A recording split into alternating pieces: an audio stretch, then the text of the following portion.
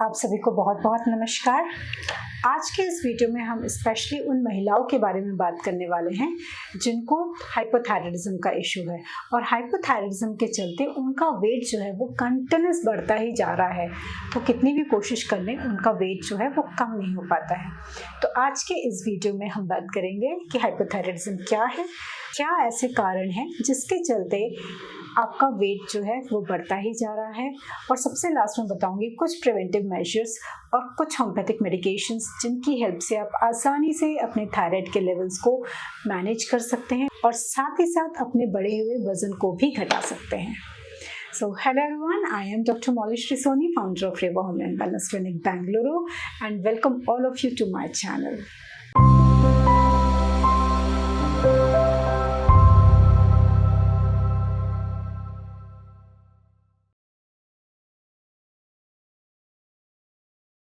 अगर किसी भी फीमेल का वेट अचानक से बहुत ज़्यादा बढ़ने लगता है तो हमेशा दिल में एक ख्याल आता है कि कहीं इनके थायराइड लेवल्स तो डिस्टर्ब नहीं हुए हैं। थायराइड प्रोफाइल में मेनली 3 टेस्ट कराए जाते हैं, TSH, T3 और T4। TSH एक ऐसा हार्मोन है जो ब्रेन में स्थित एक पिट्यूटरी ग्लैंड होती है, वहाँ से रिलीज होता है, और ये TSH ब्रेन से रिलीज होकर आपके थायराइड ग्लैंड से निकलने वाले जो 2 हार्मोन होते हैं जिसको हम कहते हैं T3 और T4, उनके फंक्शंस को रेगुलेट करता है, उनके प्रोडक्शन को रेगुलेट करता है, एक बैलेंस मेंटेन करके रखता है T3 और T4 के फंक्शंस में। और ये जो T3 और T4 हार्मोन है ये रिस्पॉन्सिबल होते हैं ग्रोथ के लिए। बॉडी में जितनी भी ग्रोथ होती है उसके लिए जो सबसे ज़्यादा रिस्पॉन्सिबल कोई हार्मोन है तो वो है आपके T3 एंड T4 जो कि आपके थायराइड ग्लैंड से रिलीज होते हैं। ओके, अब हाइपोथायराइडिज्म में क्या होता है? हाइपोथायराइडिज्म में TSH की जो लेवल्स हैं वो काफ़ी ज़्यादा बढ़ जाते हैं, डिस्टर्ब हो जाते हैं, जिसके चलते मेटाबॉलिज्म जो है वो डिस्टर्ब हो जाता है। खाने के ज़रिए या कि हम जो भी खाना खाते हैं उसके ज़रिए जो भी ग्लूकोज और फैट हम लेते हैं उसको वो ब्रेक डाउन करता है और एनर्जी में कन्वर्ट कर देता है। हाइपोथायराइडिज्म में मेटाबॉलिज्म की जो प्रोसेस है वो काफ़ी स्लो डाउन हो जाती है, जिसके चलते आपने खाने के थ्रू जो फैट लिया है और जो ग्लूकोज लिया है या जो स्टार्च लिया है वो कन्वर्ट नहीं हो पाता है एनर्जी में, और वो आपके बॉडी के अंदर स्टोर हो जाता है, जिसके चलते आपका वजन बढ़ जाता है। ठीक है, हाइपोथायराइडिज्म का दूसरा एक बहुत इंपॉर्टेंट सिम्टम होता है कि आपका किसी काम में मन नहीं लगता। मन नहीं लगने का मतलब ऐसा नहीं कि आप काम करना नहीं चाहते, आपकी बॉडी अलाउ ही नहीं करती। आपको बहुत ज़्यादा थकान लगती है, बहुत ज़्यादा वीकनेस लगती है, बॉडी पेन्स होते रहते हैं, मस्कुलर पेन्स होते हैं, पूरे टाइम आपको नींद सी आती रहती है, जिसके कारण आपका काम करने में बिल्कुल भी मन नहीं लगता।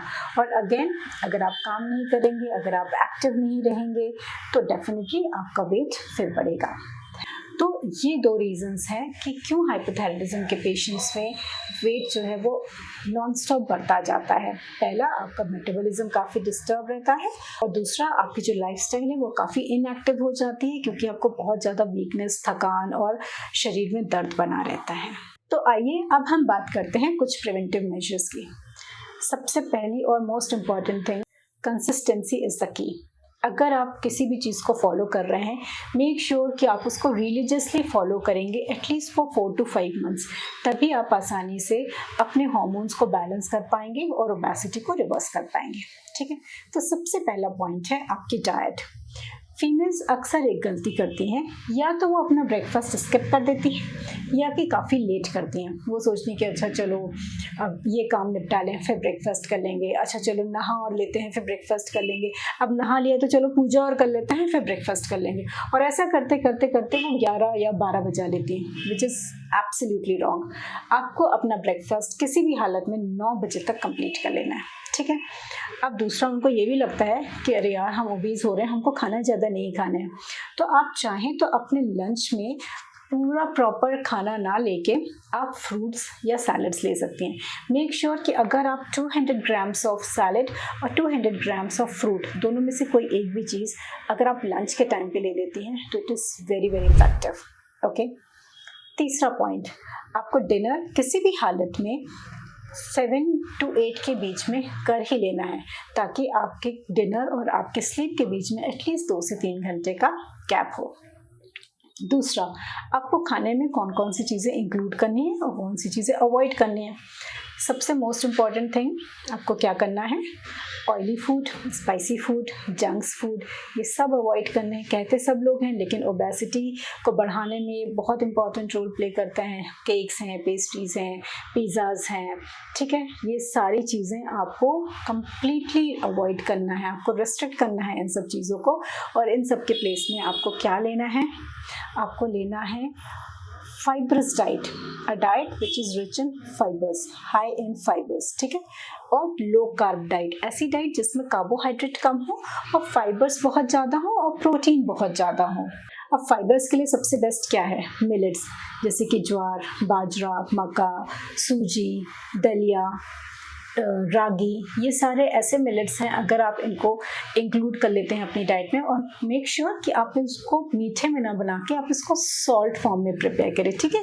जैसे कि आप सूजी का उपमा बना सकते हैं, मिलेट्स का उपमा बना सकते हैं, मिलेट्स का राइस बना सकते हैं, रागी वाला सॉल्टी माल्टा बना सकते हैं। तो there are many different recipes जिसको आप आसानी से बना सकते हैं। अगर आपने अपनी डाइट में मिलेट्स को इंक्लूड कर लिया तो it will shows miracle, okay, बहुत ज़्यादा इफेक्टिव होने वाला है। फ्रूट्स आपको बहुत ज़्यादा खाने, अगेन जिनमें फाइबर बहुत ज़्यादा होता है, जैसे कि एप्पल, गुआवा, पोमीग्रेनेट, आपको ये सारी चीज़ें लेनी जिसमें फाइबर अच्छा खासा होता है, ठीक है। पपीता, ये भी बहुत इफेक्टिव है। बनाना आप नहीं लेंगे, बनाना आप सिर्फ तब ले सकते हैं जब अच्छा खासा फिजिकल वर्कआउट करते हैं, 1 आवर और 1 to 1.5 आवर का, तब बनाना रिकमेंडेड है। आप या तो वर्कआउट के पहले एक बनाना खा लें या कि बाद में एक बनाना खा लें, अदरवाइज आपको बनाना नहीं खाना।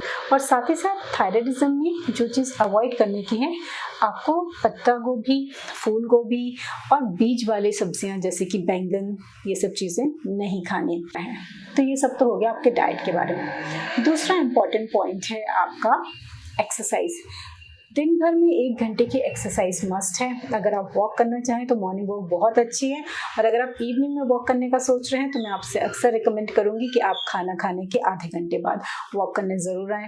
कोशिश कीजिए कि आप वज्रासन में बैठने की कोशिश करें after lunch and after dinner, after breakfast also, okay.